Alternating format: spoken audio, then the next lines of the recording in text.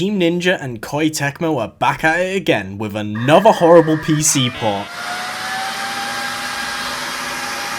I need to get this out of the way right now. The game is sitting at a mostly negative score on Steam because the PC port is a complete gamble for people. Luckily for me, it runs fine, although I have some issues such as the controller prompts being the PlayStation buttons, despite the fact I'm using an Xbox controller.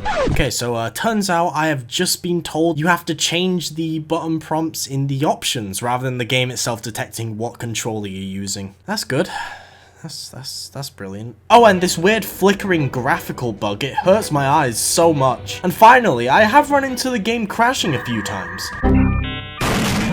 It's annoying, but by the time this video is out, they may have fixed these issues, but I just need to make sure you fellas know now before possibly buying the game, because despite the issues, WO Long Fallen Dynasty is a good game. I will try and refrain from spoiling anything, so all of the footage you will be seeing is from the first few levels of the game. Just had to point that out, so don't be discouraged from watching the video. Anyway, WO Long Fallen Dynasty is a good time. From the creators of Ninja Gaiden and the incredible Nioh franchise, Team Ninja are back with another tough as nails action game, one that has a big focus on deflecting attacks. Oh wait, hold on a second now, I refuse to compare this game to Sekiro in this video. It's just a cheap and lazy comparison.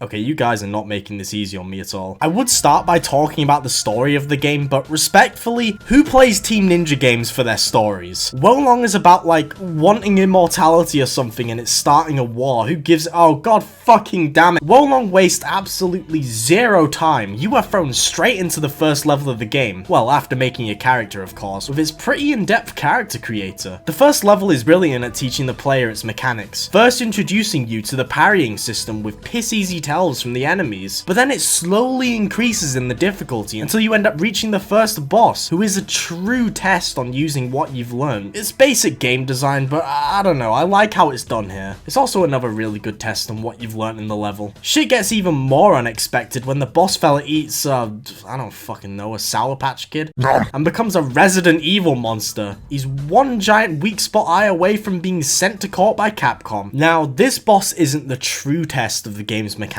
though. It's the big white monkey after that. Every game like this always has a gatekeeping boss, one that forces the player to adapt to the mechanics of the game. It does not hold back until you learn. Bloodborne had Father Gascoigne, Sekiro had Genichiro, and WO Long Fallen Dynasty has this big white monkey that completely demolished me multiple times. Once I beat the fucker though, and I adapted to the game, I felt like I could take on the rest of the game. And then I got brutally murdered right after.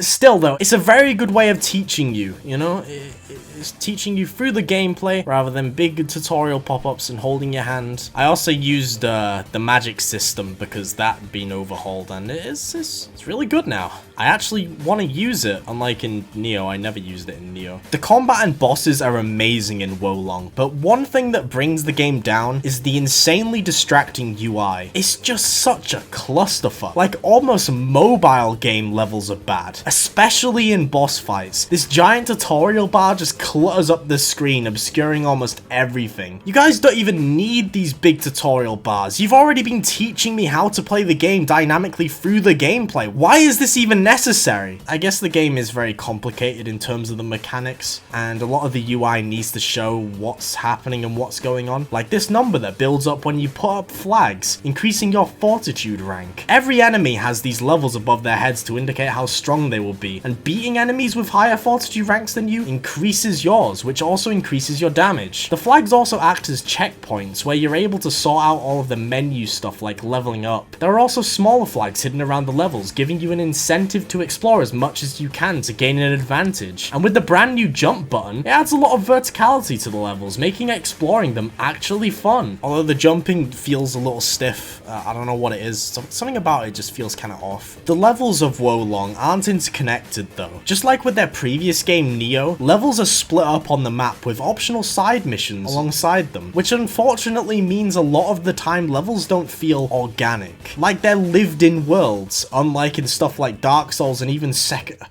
I'm not allowed to say it. I'm not allowed to say it. But this works for WO Long because it allows them to be replayable, which makes a lot of sense considering the loot system. Now see, I've never been a fan of loot systems, and I'm not really a big fan of the loot system in this game, but I get why it's here. It does add a lot of replay value to the game. Did I mention too you can play through the game with friends? With online co-op. Oh yeah, none of my friends actually own the game, so I just summon an AI to help me through the levels to get that good ass loot. I'm very lonely. You have a very big incentive to hunt for loot in the game because of how good the weaponry is. The game goes for quality over quantity, unlike the weapons in, say, like Dark Souls, where most of them are just, I don't even know what the point of half of them are. Every weapon in WO Long is viable and incredibly fun to use. Hell, I usually hate glaives in most melee games, but I had a load of fun using the one in this game. It helps as well that every weapon has multiple special moves that are randomized depending on the loot drop. It's a really good loot system, even though I said earlier I wasn't a big fan of it, but you know, I gotta give it credit where credit is due. There's also this panda thing you can find in the levels who gives you stuff for feeding it materials. Who would have thought there were friendly, and dare I even say, cute demons out there? Huh. However, I will not allow my beard to be nibbled. Now, I don't know about you fellas, but I think this is fucking epic. So yeah, WO Long Fallen Dynasty is a good time. Team Ninja have dropped another banger. I definitely recommend this game, but only if they have fixed all the issues on PC by the time this video is out. I think it's perfectly fine on consoles though. This is a sad time we live in. The neglect for PC ports is absolutely shameful. WO Long is an incredibly in-depth action RPG, and I can see myself spending a lot of time playing it. Check it out if you have the time, and if you would like to possibly see a big video of me talking about the game in depth with spoilers and everything, then leave a like. Anyway, I'm gonna go back to playing some more of WO Long Fallen Dynasty. I almost messed up there.